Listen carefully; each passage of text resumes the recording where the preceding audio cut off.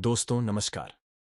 जब एक IPS officer एक विधवा महिला बनकर एक गुप्त मिशन पर जेल जाती है, तो उसके सामने जेल की एक खौफनाक सच्चाई खुलती है। उसे पता चलता है कि यह जेल केवल अपराधियों को सजा देने की जगह नहीं, बल्कि एक संगठित शोषण का अड्डा बन चुकी है। जेलर रात में महिला कैदियों को अपने कमरे में बुलाता है और उनका यौन शोषण करता है। कोई भी महिला कैदी उसकी हवस से नहीं बच पाती। हर किसी को बेबसी में अपनी अस्मिता की बलि देनी पड़ती है। जब आईपीएस मैडम भी वहां एक कैदी के रूप में पहुंचती हैं, तो उनके साथ भी वही होता है जो बाकी महिलाओं के साथ हुआ था। लेकिन दोस्तों, इसके बाद जो हुआ, उसने पूरे जेल तंत्र को हिलाकर रख दिया। आखिर आईपीएस मैडम ने क्या किया? जानने के लिए वीडियो को अंत तक जरूर देखें, क्योंकि यह सिर्फ एक कहानी नहीं, एक सबक है। तो आइए शुरू करते हैं ये वीडियो। उससे पहले आप सभी से निवेदन है कि वीडियो को सब्सक्राइब करें, लाइक करें और कमेंट बॉक्स में जय हिंद जरूर लिखें। रात के करीब 10 बजे थे। दिल्ली की राजधानी एक अजीब सन्नाटे में डूबी हुई थी। आईपीएस भावना राठौड़ अपने सरकारी बंगले में बैठी थीं। कंप्यूटर स्क्रीन की नीली रोशनी, सामने फैली फाइलें और कमरे में बहता हुआ सन्नाटा बता रहा था कि यह रात आम नहीं है। फाइल पर लिखा था, गोपनीय महिला जेल, असीमित रिपोर्ट। भावना ने गहरी सांस ली और फाइल खोली। पहले ही पन्ने पर उनके रोंगटे खड़े हो गए।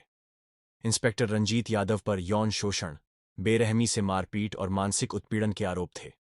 साथ में 2 धुंधली तस्वीरें और एक ऑडियो ट्रांसक्रिप्ट। भावना ने उसी रात फैसला किया, वो खुद जेल जाएगी, पर असली पहचान के साथ नहीं। वो बनेंगी गौरी, एक 35 साल की गरीब विधवा, जिस पर अपने शराबी पति की हत्या का झूठा आरोप है। 3 दिन बाद पुलिस की एक जीप गोपनीय महिला जेल के गेट में दाखिल हुई। उतरी एक थकी हुई, बिखरे बालों वाली महिला, आईपीएस भावना राठौड़, अब गौरी के रूप में। पहली रात ही जेल की सच्चाई झलकने लगी। गलियों में सड़ांध, बासी खाना और गालियां देती महिला गार्ड, और हर कोठरी से आती फुसफुसाहटें, जैसे हर दीवार के पीछे एक दर्द भरी दास्तां छुपी हो। लेकिन भावना का मिशन सिर्फ रिकॉर्ड करना नहीं था, आवाज बनना था। अगली सुबह एक महिला धीमे से आई। दीदी, ज्यादा मत बोलना, वरना खत्म कर देंगे।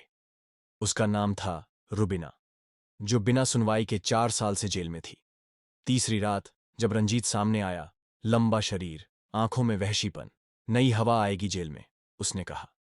भावना कांपी जरूर, लेकिन उसके भीतर आग थी। उसने कलाई में छिपे कैमरे से सब रिकॉर्ड किया। फिर चौथी रात जब उसे वीआईपी बैरक में ले जाया गया, वहीं रंजीत का आलीशान कमरा, शराब की बोतलें, नरमी से शुरू हुई बातों का डरावना मोड़। अब तेरा नाम भी मैं ही रखूंगा, उसने कहा। भावना हर बार डरने का अभिनय करती रही, लेकिन हर क्षण रिकॉर्ड करती रही।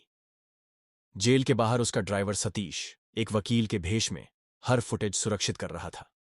फिर आई रात, तूफान से पहले की शांति। रंजीत ने कहा, आज आखिरी इम्तिहान है, या झुको या मिटा दूंगा। लेकिन भावना तैयार थी। जैसे ही वह कमरे में घुसा, भावना ने कमर से बंधे डिवाइस का बटन दबाया। सीधा सतीश को सिग्नल गया।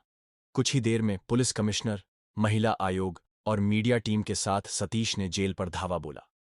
अंदर रंजीत जैसे ही भावना की ओर बढ़ा, उसने कहा, किसका नाम बताऊं पहले, रुबिना, शबनम या वो लड़कियां जो अब जिंदा नहीं हैं?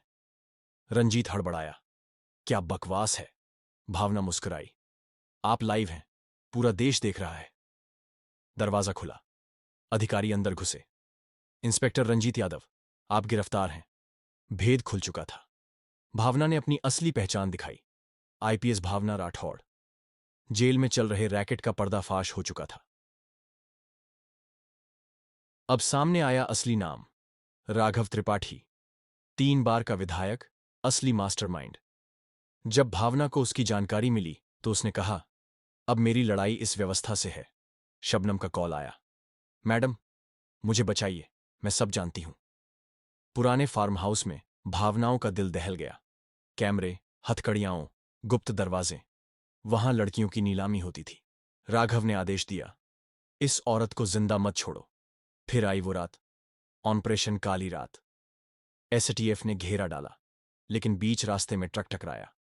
सतीश शहीद हुआ, भावना घायल। लेकिन जब होश आया, उसने कहा, ऑपरेशन जारी रहेगा, चाहे स्ट्रेचर से जाना पड़े। फार्म हाउस पर एसटीएफ का छापा पड़ा। गोलियों की गूंज, लड़कियों की चीखें, राघव भागने की कोशिश में पकड़ा गया। 5 लड़कियां बचीं। रुबिना उनमें से एक थी, जिसे मृत घोषित कर दिया गया था। कोर्ट में भावना ने कहा, हमने राक्षसों को नेता बनाया, यह सबसे बड़ी भूल थी। मैं सजा चाहती हूं, कानून से भी ज्यादा, इंसानियत के लिए। राघव को उम्र कैद की सजा हुई। भावना को राष्ट्रपति सम्मानित करना चाहते थे, लेकिन उसने कहा, मेरा मैदान वहीं है जहां अन्याय है। रिपोर्टर ने पूछा, आपको डर नहीं लगता? भावना मुस्कुराई। जब एक औरत जेल जा सकती है तो वो पूरा सिस्टम बदल सकती है।